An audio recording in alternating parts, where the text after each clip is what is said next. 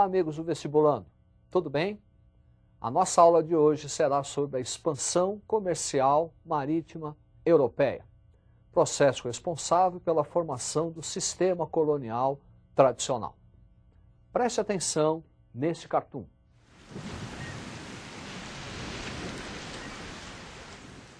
Essa ideia de congestionamento de caravelas deve-se ao fato de Portugal, Espanha, Inglaterra, França e Holanda, a partir do século XV e XVI, buscarem novas terras, buscarem áreas extraterritorial, gerando o processo das grandes navegações. Essas grandes navegações tiveram vários fatores. Entre eles podemos dizer o avanço técnico, a invenção da caravela e o aprimoramento de instrumentos náuticos, como a bússola, o astrolábio, quadrante, sextante, que eram instrumentos que davam a localização exata da embarcação, independente da posição do Sol ou das estrelas. Também contribuíram para o processo da expansão marítima a atração que as Índias exerciam na Europa, especialmente os produtos das Índias, as famosas especiarias, cravo, canela, pimenta, noz moscada e outros produtos, como a seda e metais preciosos, ouro e prata. Para reforçar, preste atenção neste quadro. Olha aí, o avanço técnico, o interesse dos produtos das Índias, monopólio italiano e centralização política. A respeito desse monopólio italiano, era aquele controle que as cidades italianas, Veneza, Gênova, Florença, exerciam sobre o mar Mediterrâneo. Os produtos que vinham das Índias tinham que passar necessariamente pelo mar Mediterrâneo. Daí, outros mercadores da Europa, como portugueses e espanhóis, buscarem uma rota alternativa para essa Índia. E sob a centralização política, esta é, sem dúvida nenhuma, o fator mais importante para justificar a expansão marítima.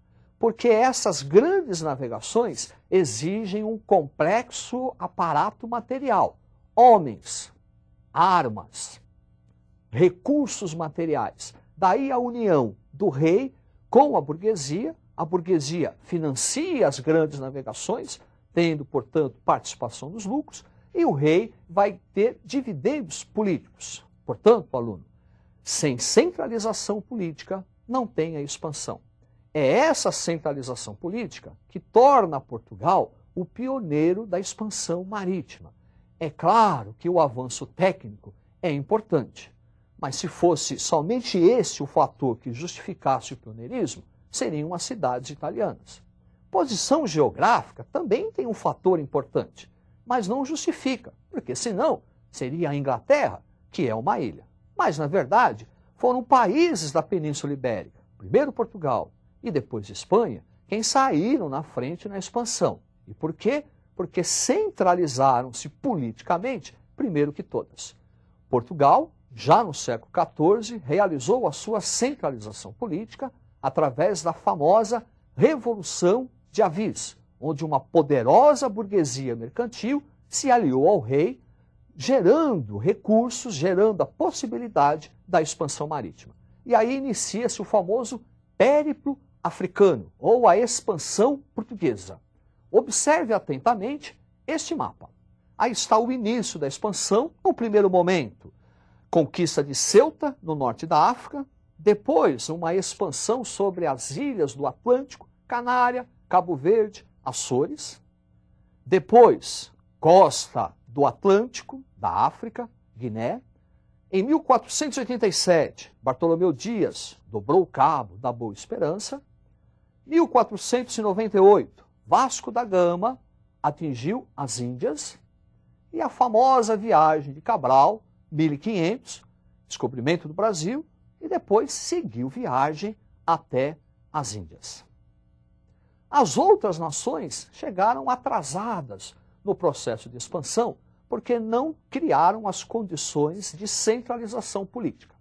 A Espanha só vai realizar a expansão após a Guerra de Reconquista, a expulsão dos árabes muçulmanos, que desde o século VIII ocupavam a parte sul da Península Ibérica. Preste atenção no mapa para você entender o que estamos falando.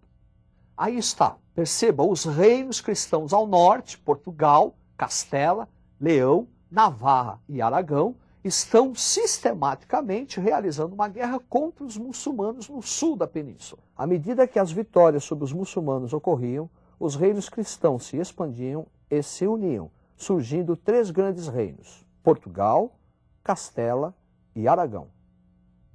Em 1469, houve um casamento político. Fernando de Aragão casou-se com Isabel de Castela, surgindo o moderno Reino da Espanha.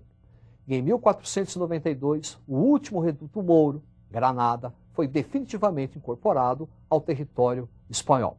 A partir daí, criaram-se as condições para a expansão marítima espanhola. Cristóvão Colombo recebeu 3 caravelas: Santa Maria, Pinta e Ninha. Conhecedor da esfericidade da terra, acreditava ser possível atingir o leste viajando, navegando sempre em direção a oeste. Morreu em 1506, acreditando ter encontrado um novo caminho para as Índias. Na verdade, descobriu um novo continente. Continente esse que foi percebido por Américo Vespucci em 1501. Daí o continente ter sido batizado em sua homenagem. Ao longo do século XVI, Portugal e Espanha vão dividir o mundo entre si. Observe este mapa. A linha tracejada é o tratado estabelecido na bula Inter Cetera, que vai determinar que qualquer terra situada a 100 léguas a leste das ilhas de Cabo Verde pertenceriam à Espanha. Em 1494, nesse tratado indicado aí, a assinatura do Tratado de Tordesilhas, onde uma parte do continente americano vai pertencer a Portugal. Esse processo de expansão marítima vai trazer várias consequências. Entre elas, nós vamos ter a formação do sistema colonial tradicional, o retorno da escravidão, o escravismo e o eurocentrismo. Preste atenção neste quadro. Aí está, consequências da expansão, o sistema colonial, o escravismo, processo de acúmulo de capitais e o eurocentrismo.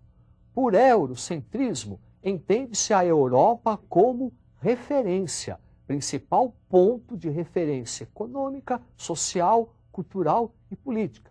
Pelo menos até a Segunda Guerra será referência. Exemplo, na América, o idioma são todos europeus, português, inglês.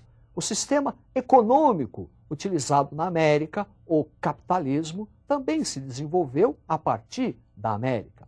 Uma das negações desse sistema, o capitalismo, é o socialismo, que também se desenvolveu na América. E a acumulação primitiva de capitais. Primitiva, porque foi a primeira forma que o capital encontrou para se auto-reproduzir, através das trocas mercantis. E primitiva, da forma como essa auto-reprodução ocorreu, dizimando e ocupando outro continente e tornando escravos população do continente africano. Primitivo também nesse aspecto. A viagem de Vasco da Gama foi muito importante. Ela gerou 1.400% de lucro a Portugal. Foi tão importante que quando Vasco da Gama voltou a Portugal, ele foi recebido com uma festa, um verdadeiro carnaval. E a população cantava uma música mais ou menos assim: naveguei no afã de encontrar especiarias, ouro e prata, para Portugal levar, impulsionado pelo vento e as riquezas de além-mar. Percorri o Oceano Atlântico, dobrei o cabo da Boa Esperança e as Índias atingi. Cheguei na China, no Japão, com os meus brasões. Eu sou o tema dos Lusíadas de Camões. É no Chuê-Chuê, é no Chuê-Chuá, não quero nem saber, a burguesia italiana eu vou ferrar. É no Chuê-Chuê, é no Chuê-Chuá, o mar Mediterrâneo já deixei pra lá, naveguei. Vamos lá, vestibulando. Naveguei, naveguei, no afã de encontrar o quê? Especiarias, ouro e prata, para Portugal levar, vou levar, impulsionado pelo vento e as riquezas de além-mar. Percorri o Oceano Atlântico, dobrei o cabo da Boa Esperança e as Índias atingi. Cheguei na China, no Japão, com os meus brasões. Eu sou o tema dos Lusíadas de Camões. É no Xuê-Xuê, é no Xuê-Xuá, não quero nem saber, a burguesia italiana eu vou ferrar. É no Xuê-Xuê, é no Xuê-Xuá, o mar Mediterrâneo já deixei pra lá, naveguei. É isso aí, até a próxima.